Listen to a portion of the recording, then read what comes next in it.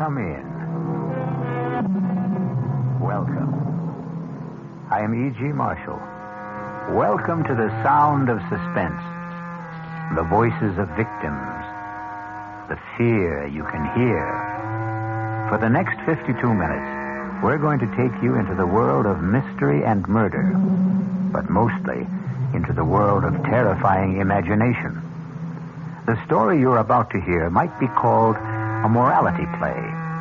It's a story which has a question you can ask yourself. What is your price tag for killing a man? If you think you don't have one, listen to the story of Walter Van Haas and the Chinaman button. Mr. Van Haas, I'm making this as easy for you as pushing a button. Now, if you give your approval, my agents in Johannesburg will be contacted within hours.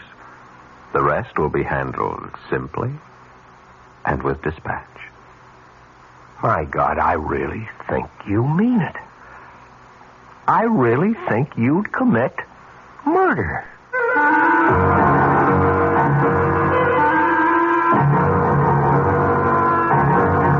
Our mystery drama, The Chinaman Button, was written especially for the Radio Mystery Theater by Henry Slessor and stars Paul Hecht. It is sponsored in part by the Kellogg Company, makers of Kellogg's Special K cereal. I'll be back shortly with Act One.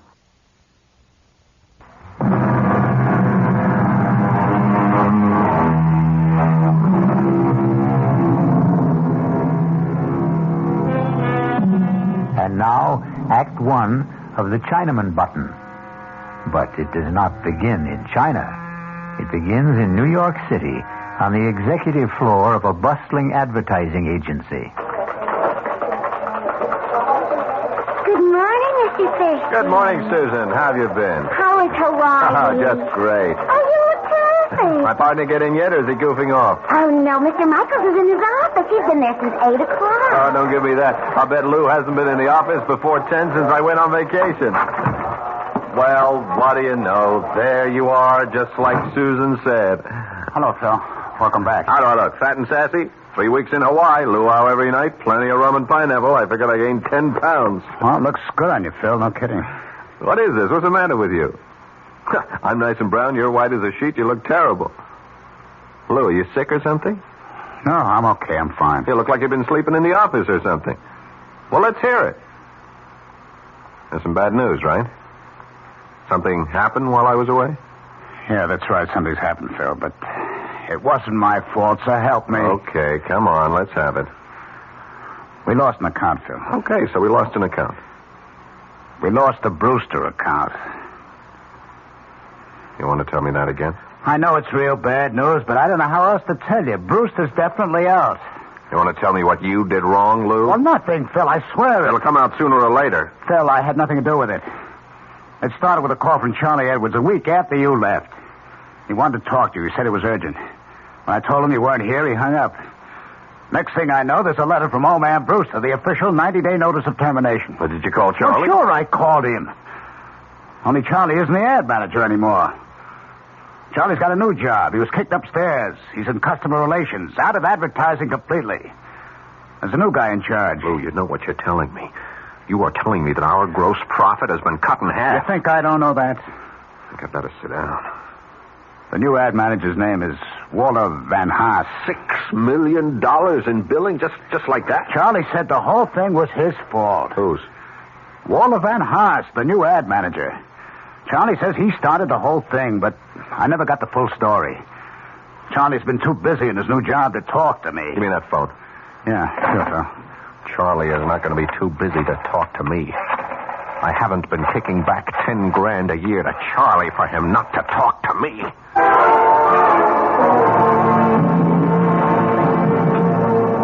You want to know who Walter Van Haas is?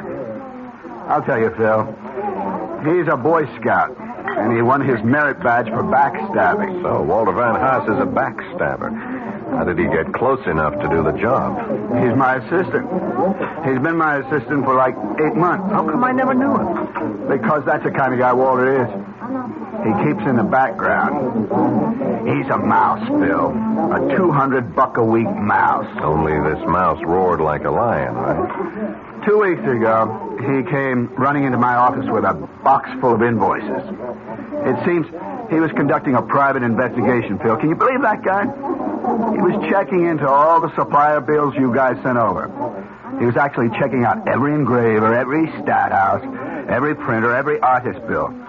Phil, he found overcharges like 50, 60, even 100%. You were his boss, Charlie. Why didn't you tell him what to do with his invoices?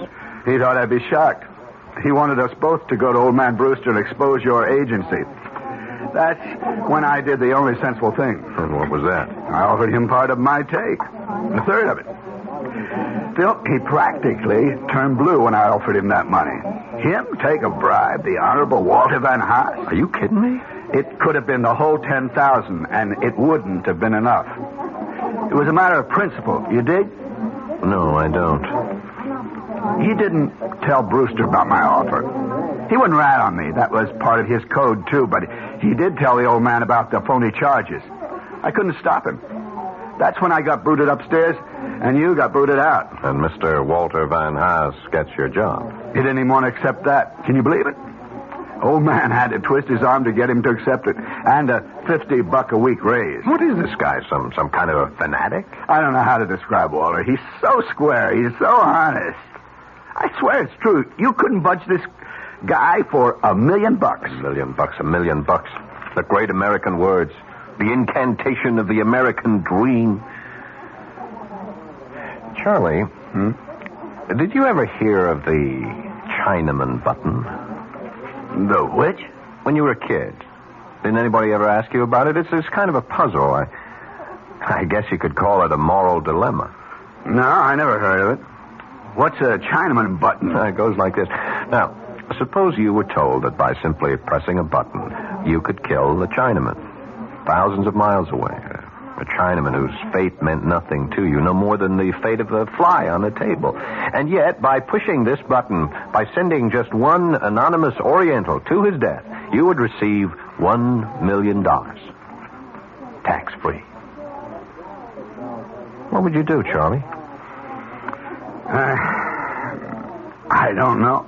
Press the button, I guess. Sure, that's right. You'd press the button. I'd press the button. Even Walter Van What's-His-Face would press the button. No, not him. Not that guy. Oh, yeah, sure, he would, Charlie. No, I really don't think so, Phil. Walter would think about it and begin wondering if that Chinaman might not have a wife and kids. Walter does. He's got 5 kids, as a matter of fact. You're wrong, Charlie. Everybody's the same when it comes to money. It's the great leveler. No, I really mean it. Walter wouldn't push that button for $10 million. That's the kind of guy he is. And that's why you don't have the Brewster account anymore. He'd push that button just like anybody else. Okay. What's the difference? There isn't any Chinaman button. So what's the difference? That's right. There isn't any Chinaman button. Or is there?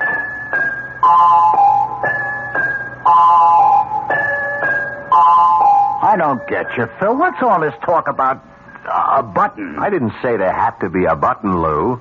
Not literally. Or a Chinaman, for that matter. Van Haas sounds Dutch. How about a Dutchman? What are you talking about? I think you drank a little too much at lunch. He wouldn't be so high and mighty once he pressed that button, would he? That would knock his halo off. What? Which is worse, Lou? Taking a kickback or killing a man? Oh, come on, Phil. Will you talk sense? We'd have him right where we want him. We could call the shots then, Lou. We can get Charlie his job back. We might even get our account back. Oh, for Pete's sake, Phil, will you tell me what you're talking about? Better. I'll show you what I mean. Only first, I gotta compose a letter. A letter to who? Don't rush me. This has got to be done right. We're going to have to print up a special letterhead, something that really looks authentic. Somebody in the art department can do that. But what for? Here, let me use that portable of yours. We'll have to find one of those services that post letters from overseas. Dear Mr. Van Haas, you're writing this guy? Yep. What are you going to say to him? I am going to offer him the American dream, Lou.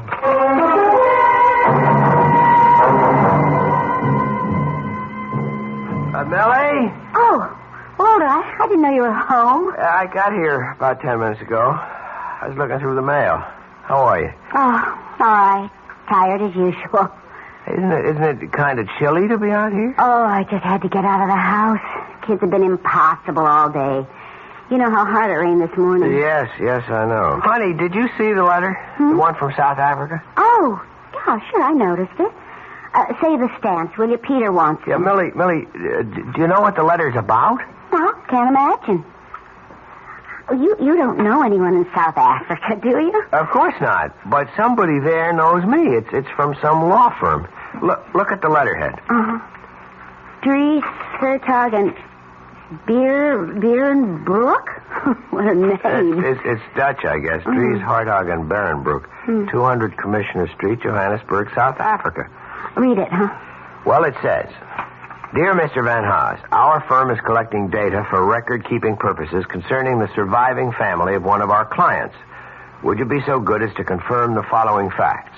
Your name, Walter Van Haas.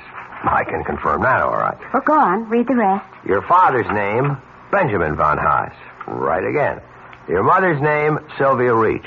I didn't know your mother's name was Sylvia. She always hated the name. That's why she called herself Sally. Anyway, now let's see. Paternal grandparents, Jan Van Haas, Elsa Voort. If the foregoing facts are not correct, would you kindly advise us by return mail? Well, I just saved some postage anyway. Is that all it says? Now, just one more sentence. If these facts are correct, there is no need for further communication. Thank you for your attention to this matter. Yours faithfully, L. something or other. I can't make out the signature. For heaven's sakes, Walter, what do you suppose it means? I haven't the faintest idea. Maybe I've got a rich uncle in South Africa. Maybe he owns one of those diamond or gold mines. If only. Tell him to send us a couple of diamonds fast. Maybe we could start looking for a new house. If I don't get out of this cheese box soon, I'll just go out of my mind. I'll settle for a couple of gold nuggets. We can melt them down and use them to fill Elsa's teeth. That ought to cut down that dental bill. Look, why don't you write to those people in South Africa and ask them what it's all about? Well, you heard what the man wrote. If these facts are correct, there is no need for further communication.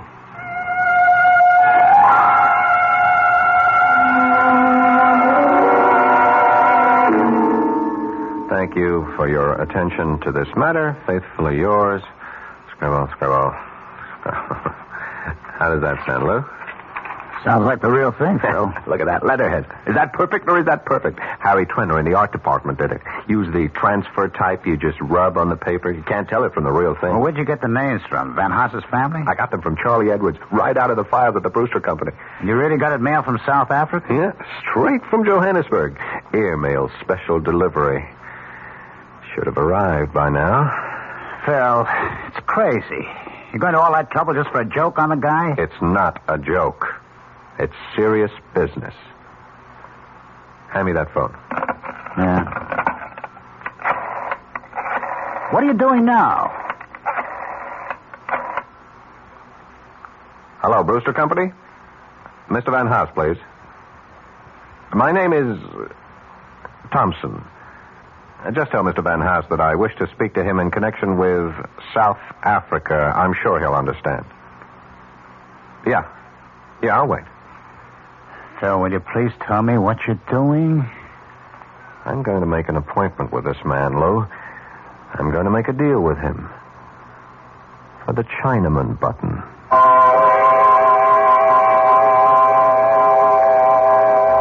Phil Thurston seems to have invented his own Chinaman button.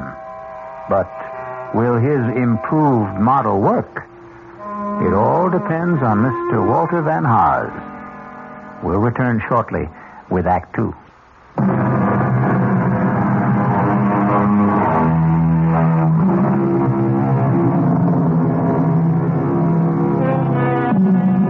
Now, let's go back to Phil Thurston.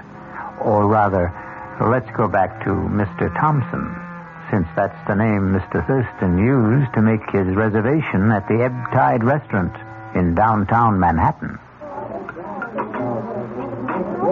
Nice of you to come all the way downtown to meet me for lunch, Mr. Van Haas. That's okay. I'm sorry I don't have a permanent office, so a place like this is convenient for me. You still haven't told me what business you're in, Mr. Thompson. I would have come to your home for this meeting, but I didn't want to disturb your wife and children. You do have children, don't you? I sure do. 5 of them. How old are they? Stepladder. 2, 4, 6, 8, 10. That's a lot of mouths to feed. Yep, and teeth to fill. Yes, I don't doubt it. Did you say that you were with that law firm in Johannesburg, Dries Hartog, and... Sorry, I can't remember the last name. I'm not sure I could pronounce it if I did. Your family is Dutch, isn't it? Yeah, my grandparents were Hollanders, but the rest of us are strictly Yanks. Well, the answer is no. I don't come from the attorneys in Johannesburg, but I wanted to talk to you about their letter. Frankly, we couldn't figure it out, Millie and I. That's my wife. I don't remember having any relatives in South Africa, and neither does my father. Oh, your dad's alive, then? Yes, he lives in Allentown. I called him, but he didn't have any answers. Well, maybe I can help. You see, there is a relative, but a very distant one of those cousins 4 and 5 times removed. What's his name? Oh, it wouldn't mean anything to you if I told you. Yeah, but you do know his name. It is my business to know such things. Well, that brings us back to the original question, doesn't it? About what business you're in. The person who told me the name of your relative was a clerk in the offices of Dries, Hartog, and Berenboek. He works for them, but you might say that he's on my payroll, too. I don't think I understand. He's the one who informed me about the letter that was being sent to you and why it was being sent. Is there any reason why you can't tell me my cousin's name? I'd rather not. I think you'll understand why later. But I will tell you something about him. Fine. He left the Netherlands with his family when he was very young.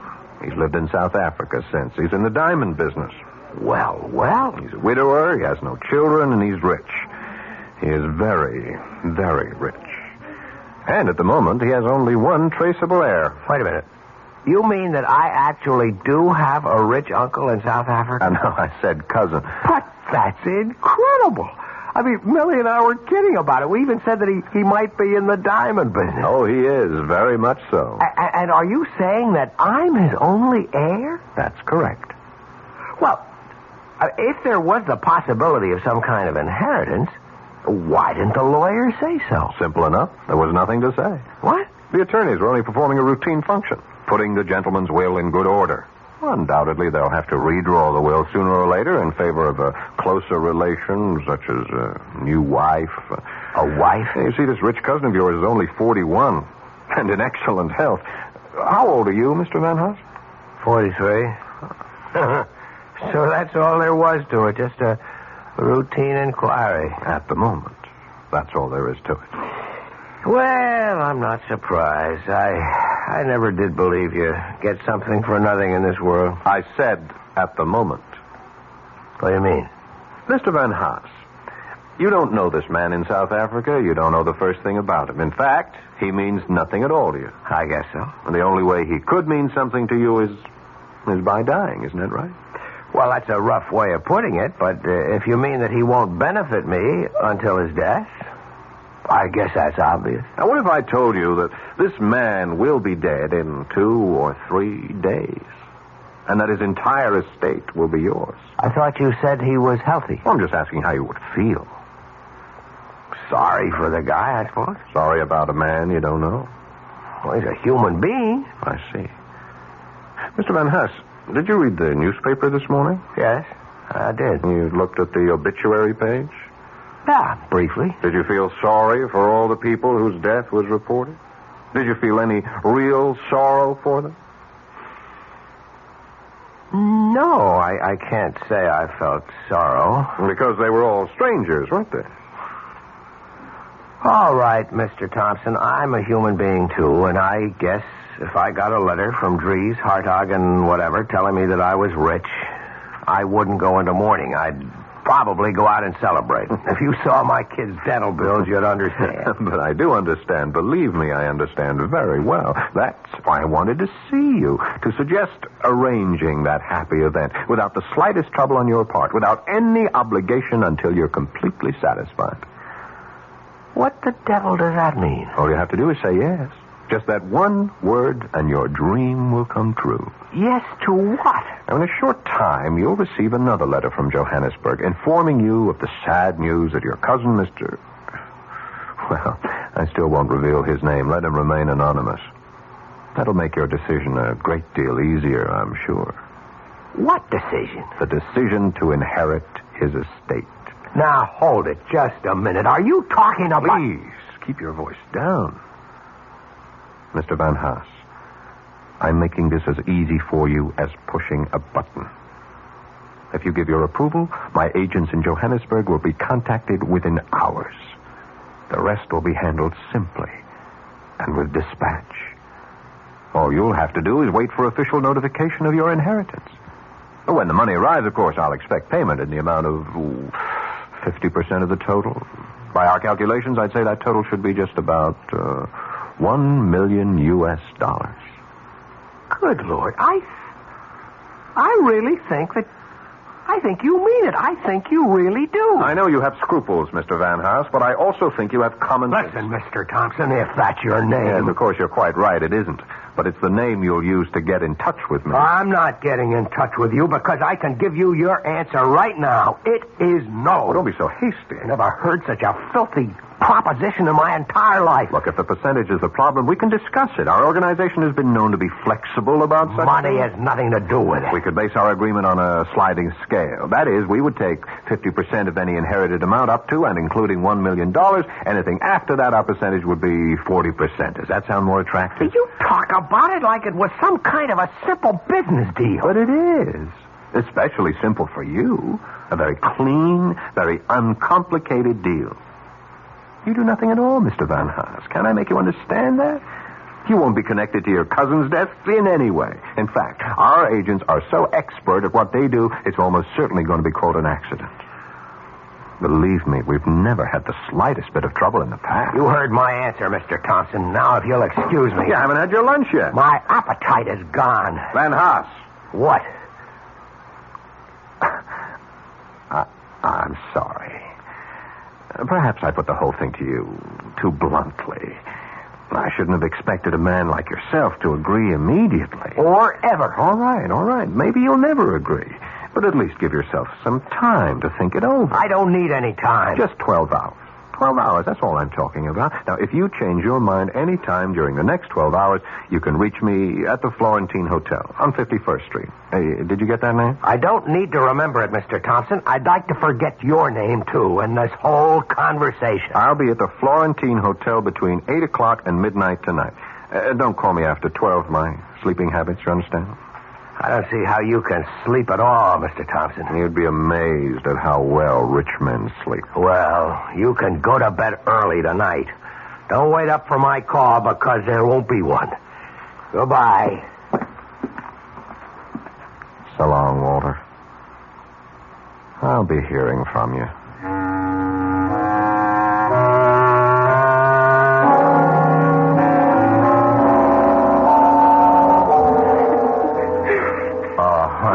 Honey, cut it out. Stop it. No. Tell me what the matter is. Nothing.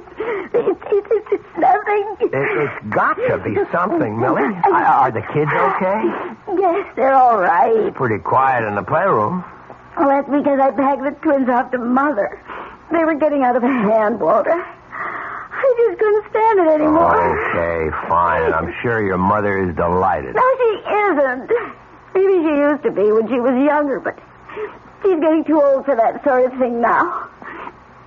Maybe I'm getting too old, too. Come on, what are you talking about?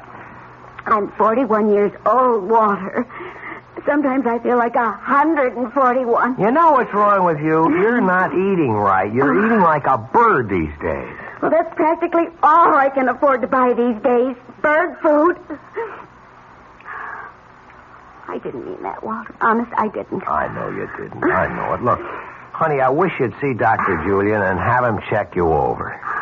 Walter, I did see Dr. Julian. You did? When? This morning. I didn't know you were going. Well, I didn't want you to know. Not until I was sure, anyway. Sure about what? Hey, you're not sick, are you? I mean, did he find anything serious? No, I'm not sick. I'm pregnant, Walter. What? You see, I'm not over the hill after all. I can still make babies. It should be some sort of comfort, shouldn't it? A baby? Dr. Julian shook his finger at me and said he was going to call you sometime and give you a lecture on the population explosion. Well, that's just great, honey. No, Walter, it's not just great. Oh, honey, don't pretend to be happy about it. I just can't. Well, it's not the end of the world. Oh, that's right. It's a beginning, isn't it? That's what Mother said when I told her. She's always said that, even with the first one, with Peter. 10 years ago, almost 11. Walter, do you realize we've been married almost 13 years? I know, Melly, and I know they haven't always been easy years. Why is everything always beginning? When does the middle of everything start for us? Is our life just going to go from beginning to end without anything worthwhile in the middle? Oh, no! What was that? I asked Elsa to wash the dishes and put them away. I better get in there before they're all broken. Melly, we have to talk. After dinner, all right? I haven't even started it yet. I'm sorry. It's all right. I've got some work to do anyway. Or some thinking anyway.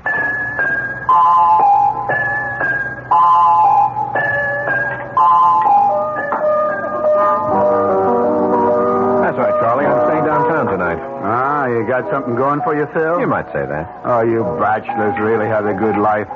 Where does she live? Pat around here? Actually, I took a hotel room for a couple of days at the Florentine. She wouldn't have a friend, would she? Well, I could call Louise and tell her I have to work tonight. Nah, forget it. She'll never buy that. My wife's got a built-in lie detector. Don't eat your heart out, Charlie. This is strictly a business proposition. Yeah, I know your business propositions, Phil. Monkey business. You're trying to get a new client for the agency, right? Something like that. How do you think it looks? Will you get the deal? Charlie, I'm almost dead sure of it.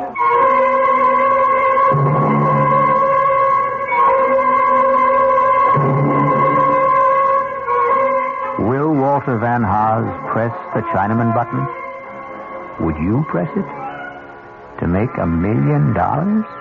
Before you answer, wait until we return with Act 3.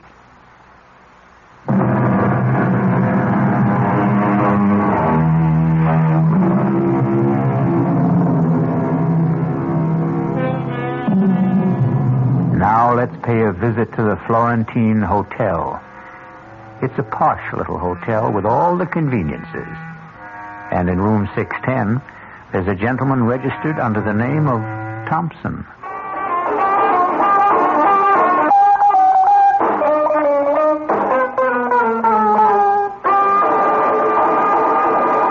That was a request for the gang of the Williamsburg warehouse. And now here's the time of weather check. It's exactly 40 minutes past the hour. Hello, Phil. Hi, Lou. Come on in. So, this is the Florentine Hotel, huh? Well, that's not a bad-looking room. Why, they call this a suite? That's right. The bedroom is in there. Look at this bar setup. Glasses, refrigerator, everything. It's nice, very nice. You want a drink? All I got is vodka. Oh, no, thanks. I'm strictly a Scotch, man. You know that. Sorry about that. That's okay. I'm not staying long. I'll just leave the layouts and the reports for you to look over. We can talk about them in the morning at the shop. Relax, Lou. Your wife knows you're working late tonight, doesn't she? Yeah, she knows. Well, sit down. Take it easy. Look, I got some orange juice. I can make you a screwdriver. No, thanks, Phil. Guess I have to drink alone, then. Well, aren't you going to ask me about your friend, Van Haas? What about him? I told you I was going to see him today, or rather that Mr. Thompson was going to see him. Did you? That's right. I saw him for lunch and told him the whole story about how easy it was for him to become a millionaire just by pushing the Chinaman button. Or maybe I should have called it the Dutchman button. Did he believe it, Phil? All the way. But did he go for it? I mean, about having a guy in South Africa killed. No, he wouldn't go along. Ah, so Charlie was right. He said no because he was scared. He was afraid that he was getting into something too deep for him. Well, maybe that wasn't it, Phil. Maybe he is the kind of guy Charlie says he is. Maybe he was that kind of guy, Lou. And that was before he ever got really tempted. A lot of people are honest because they never had anything worth being dishonest about. Am I right? You don't think much of people, do you? I think people are people, that's all. Open your eyes, Lou. Look at what's happening all around you. Everybody's on the grab. You don't know that by now. You've been living in a cave all your life. All right. I don't want to argue with you. Everybody's corruptible, Lou. Everybody. High and low.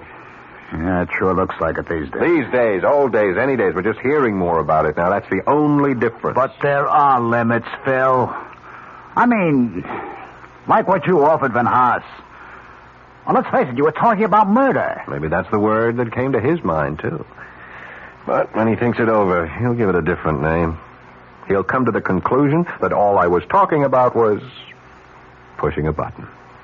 You mean you still think he'll say yes? I told him to call me here. That's why I took this suite at the hotel under the name of Thompson. So that's what it was. And I figured, I don't know, that you had some chick you didn't want to know your right name. I told Van Haas to call me here any time before midnight, in case he changed his mind. Before midnight? It's almost 11 o'clock now. That's right. Well, why did you give him a deadline? Because he needs one. We all need one, or we postpone things forever. Phil, I don't think he'll call. Why not? I think the guy's already made up his mind. Oh, no, he hasn't. He's watching the clock right now, just as we are. He's watching those hands move towards 12, thinking about how simple it would be to pick up the phone and call. You see, that's the beauty part of the whole thing. The simplicity. You remember that old camera slogan? You press the button, we do the rest. No, I don't think you're right. I don't think he'll do it. I can see him right this minute, Lou. Maybe he's in bed, looking up at the ceiling. Maybe he's locked himself up in the study, and he's telling himself all the reasons why he shouldn't say yes. Then he wonders if he's really fair to make the decision all by himself. I mean, there's his wife, too. He remembers all the little deprivations, all the promises he made to her when they were younger, those trips to Europe, the mink coat. Then there are the kids, of course. 5 kids, Lou. Think what that money would mean to them. He's really moved by the thought of the kids. You know, maybe I'll have a drink after all. He's not thinking of himself, of course. No, he doesn't count. The things he would like to do, the places he wants to see, or that car he wants to own. You ever know a man who didn't want some car he couldn't afford? Yeah. And then there's that nice, smug feeling of security he could have with that pile of money swelling with interest in some bank that never thought he was worth more than a calendar at Christmas. Well, maybe he is thinking all that, Phil, but just the same, I don't think he'll call.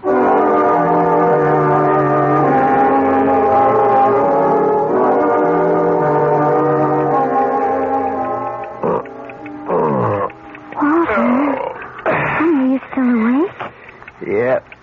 Do you feel all right? Yeah, I'm okay. You're not still thinking about it, are you? About what?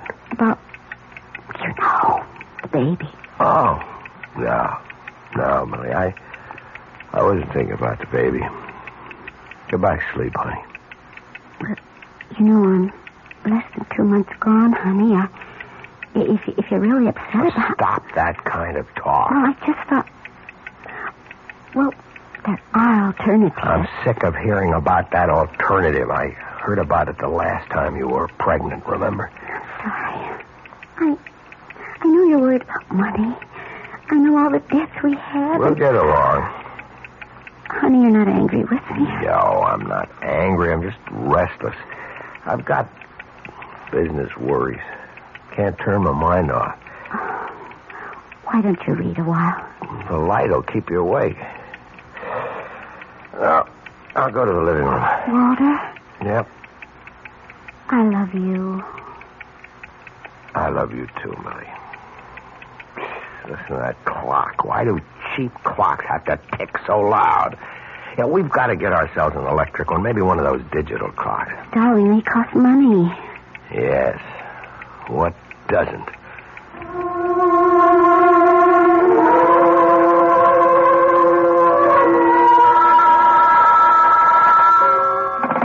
Hello? Oh, yeah, I ordered the scotch. Oh, you can, huh? All right, thanks. Sorry, Lou. Room service can't deliver from the bar after 11:30. That's okay, Phil. I don't really want to drink anyway. I'm almost out of liquor myself. You're almost out of time, too. 11:45. See, I just can't believe it. I can't believe that guy could be that stupid. Is that what you call it? Of course. I mean, who wouldn't jump at a chance like this? Lou, I'm making it so easy for him, so painless. Easier than scratching along on a paycheck shot through with deductions. Easier than bowing and scraping every day of your life to people whose guts he hates. You know old man Brewster. Can you imagine having to be nice to that guy every day? We did it. Yes. That's why I know. Phil. I think you're taking this joke much too much to heart. You're letting it mean too much to you. There's still time left for him to call. But he won't. And he's probably getting panicky right now. What about you, Phil? He sees the whole thing slipping away from him. He's telling himself how dumb he is. He's telling himself that the Chinaman doesn't mean a thing to Dutchman. him. He's telling himself that he's got a bigger duty, a greater responsibility to his wife, to his kids, even to himself. When you forget it, it's over. No concern of his what happened 7,000 miles away. He doesn't have to dirty his hands. All he has to do is call. You're lost, Phil. Why don't you admit it?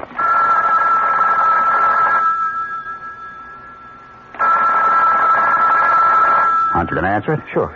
I'll answer it. Maybe room service again. Maybe.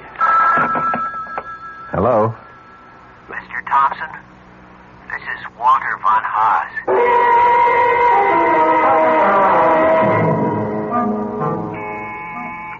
Okay, I'm coming. Who is it? Room service. Breakfast. Come on in, I'm starving. Yes, sir.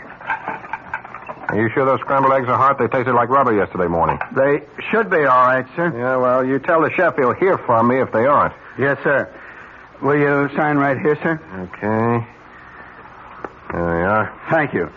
I'll be back later for the table. Half an hour, that's all I need. Yes, sir. I guess my shower's going to have to wait. Oh, now what? Hello. Phil, it's Lou. Oh, hi, what's up? How come you're still at the hotel? I thought you were just going to stay there 1 or 2 days. It's the 3rd day now. I like it here. They stay until the end of the week. Besides, I saw some great-looking chicks at the bar downstairs. Well, what's happening? Nothing. I was just wondering if you knew anything about, Van Haas. Walter Van Haas? He's just waiting for the mailman, Lou. Waiting to hear the good news from South Africa. I spoke to Charlie Edwards. He says Van Haas called in sick yesterday. Yeah, I'll bet he was sick. I'll bet he was home planning on ways to spend all that money he thinks he's going to get. $1 million. No, 500 grand. Are you coming into the office soon, Phil? Sure, I'll be there just as soon as I finish breakfast and grab a shower. I'll see you later then. All right. I'll bet those eggs are cold for sure. Oh, for Pete's sake, it's a conspiracy. Hello, Mr. Thompson. Well, what are you doing here? May I come in? I told you not to get in touch with me, Van Haas. Yes, I know you did, but I had to talk to you in person. I told you that it was for your own protection. Don't worry. I found out your room number, and I came up the back stairs. Nobody knows I'm here. Well, why are you here? Please let me come in. All right. As you can see, I'm just about to take a shower, so whatever you have to say, would you make it fast? Yes, I'll make it fast. I hope you haven't come here to say that you changed your mind, because it's too late for that. The thing is over and done with. It is? You're sure of that? Yep, as soon as you gave me your okay, I was in touch with our agents in Johannesburg. They didn't waste any time either. And it went, all right? Flawlessly, just as I promised.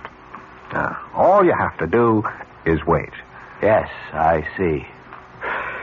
I just had to hear it from you, Mr. Thompson. I had to hear it from myself. Well, now you've heard it. Now you go home and you wait for the mailman. Yes, the mailman. What's the matter, Van Haas?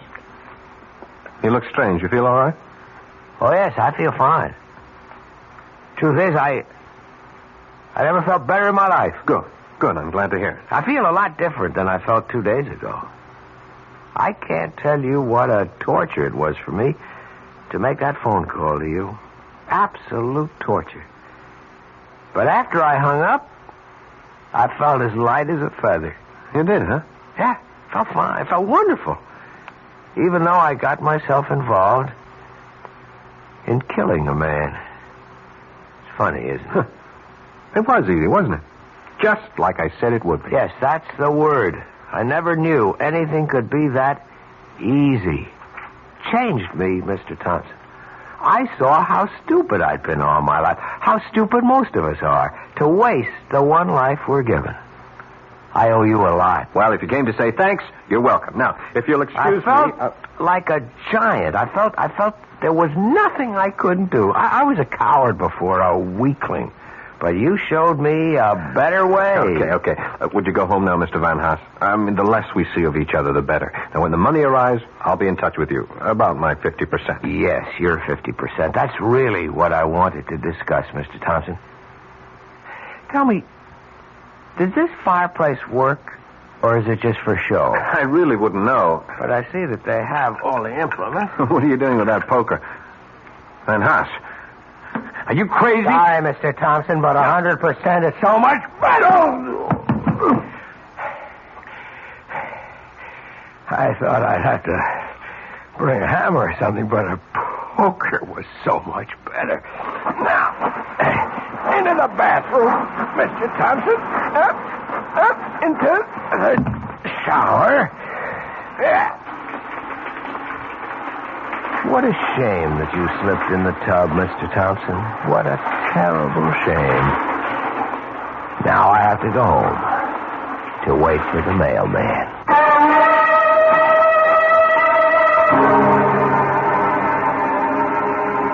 There's an old saying. If you're going to dig a grave for a man, make sure you dig two. I'll return shortly.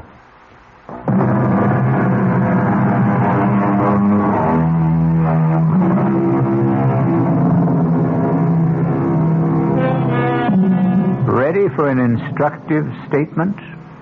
It goes like this. The wonderful thing about radio is that it can be enjoyed in complete darkness. And isn't darkness the natural medium for mystery? Our cast included Paul Hecht, Ralph Bell, Mason Adams, Evie Juster, and Will Hare. The entire production was under the direction of Hyman Brown. Now, a preview of our next tale. You know the saying, if you can't lick 'em, join 'em? Come on. I decided to join you, Jason, to do business your way. I want a certified check for $50,000. When I've finished, I want another 50. And you know me well enough to realize that I'm not going to give you $50,000 just because you asked for it. Not even to save your life? Are you trying to blackmail me, Harry? I'm trying to do you a favor. Your life should be worth at least $100,000. Before I agree, answer one question. Do you know who's going to kill me? I do. Who? Me. Radio Mystery Theater was sponsored in part by Anheuser-Busch Incorporated, brewers of Budweiser. This is E.G. Marshall inviting you to return to our Mystery Theater for another adventure in the macabre. Until next time, pleasant dreams.